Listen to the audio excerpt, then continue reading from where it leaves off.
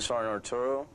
I'm from HMMT 164, Camp Pendleton, California.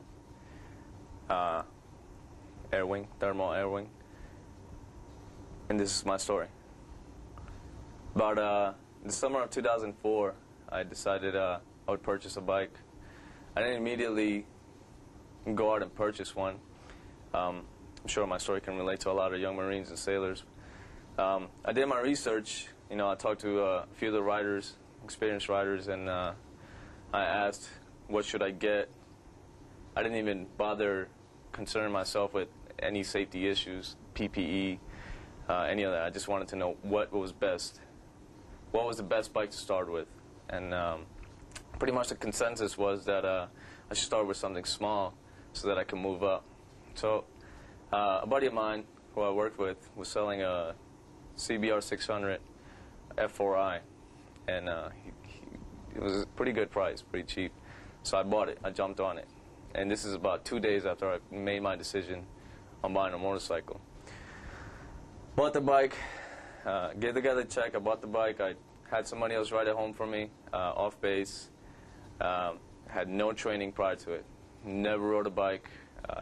Didn't know the concept, the basis, the theory of operation of a bike, and much less the safety measures I needed on a bike. All I knew was that I shouldn't underestimate such a piece of machinery. Anyways, it took me 15 minutes to learn how to ride the bike, and that was on around the block around my house, and it was from my buddy who'd been riding for a few years. And 15 minutes, I was up and moving around the block. You know, no insurance, no license, no helmet. And after about 2 months of riding, I finally got my learner's permit, got my insurance, and on my learner's permit, I knew I wasn't supposed to drive on highways, but I did it anyway. You know, I went and rode with my buddies. And about 3 weeks after getting my learner's permit, I get pulled over on a highway, and that was my first incident on a motorcycle. And he decided to tow my motorcycle away, and I was left stranded on the middle of the highway. Gives me a ticket, tows my bike away. Cool, I can deal with it. I can at least get my bike back. Cops give me back my bike, and I ride it home. Kept riding for a few more weeks. And this is all under the radar. My command never knew anything. They didn't know I owned a bike. They didn't know I was trying to get licensed for a bike. All they knew was that I was thinking about buying a bike, and that was it. Even the staff NCOs encouraged me to buy a bike, 'cause, you know, it's the group thing to do with other motorcycle riders. And needless to say, yeah, I never got any real good direction or good leadership, quote unquote, from my senior enlisted members. So, you know, I did what most Marines do nowadays. Is, you know, they go buy a bike. They ride it off base because they can't ride it on base. You know, I did everything improperly, no PPE. For a while there, I had no insurance. But nevertheless, I needed to practice, so I rode, you know, with people who were already experienced. People were doing wheelies on the highway. All that, everything that I wasn't supposed to be doing, that I'm telling you not to do, I was doing it. All right, so 3 months pass, and I'm getting some experience. I'm still a newbie, for lack of a better term. I decided to go off on my own and ride this intermediate trail that usually some riders go. I didn't even make it. Mile and a half away from my house, and I got into my accident. And it's the typical accident the most inexperienced riders commit. You know, I was taking a turn. I was going about 65. I saw the turn coming. Felt confident about it. Didn't think twice about any oncoming traffic or the car that was in front of me, for that fact. The turn was coming pretty quick, and I realized I had too much speed.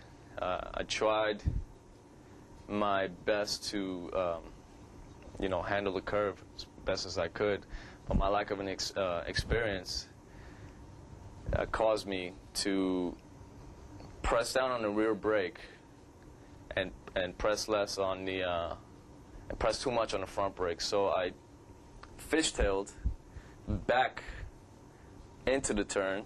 So now I was, instead of making that left turn, I was going into the turn, or I was, heading out of the turn, straight, should I say.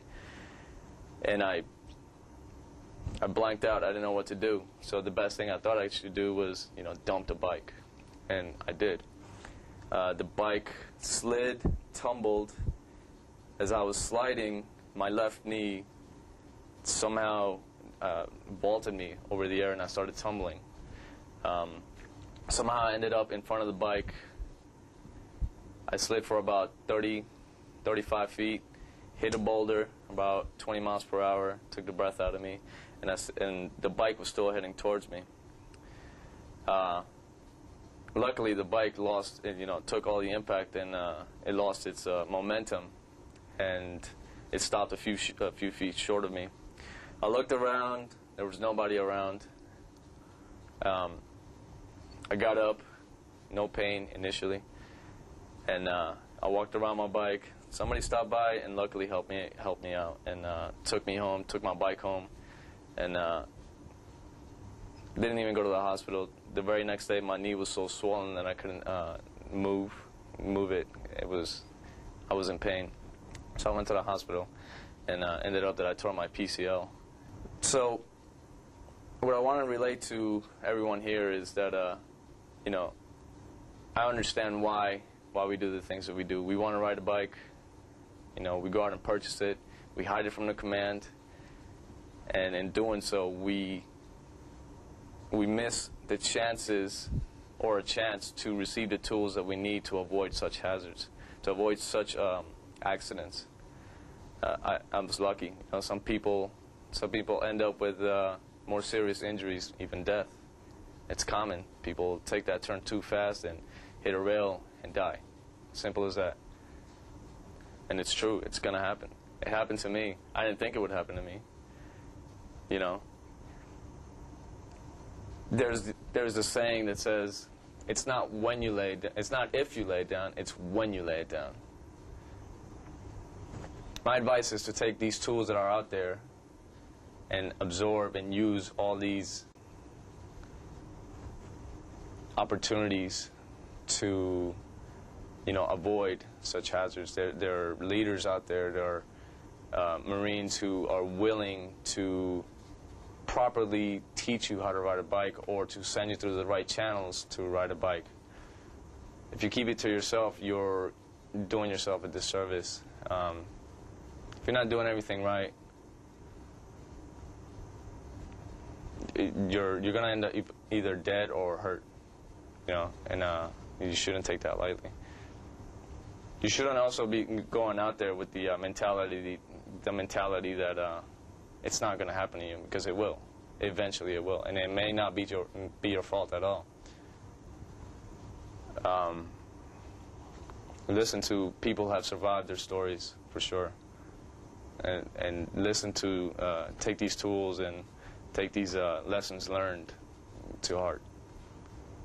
My name is SSgt Arturo, and this is my story.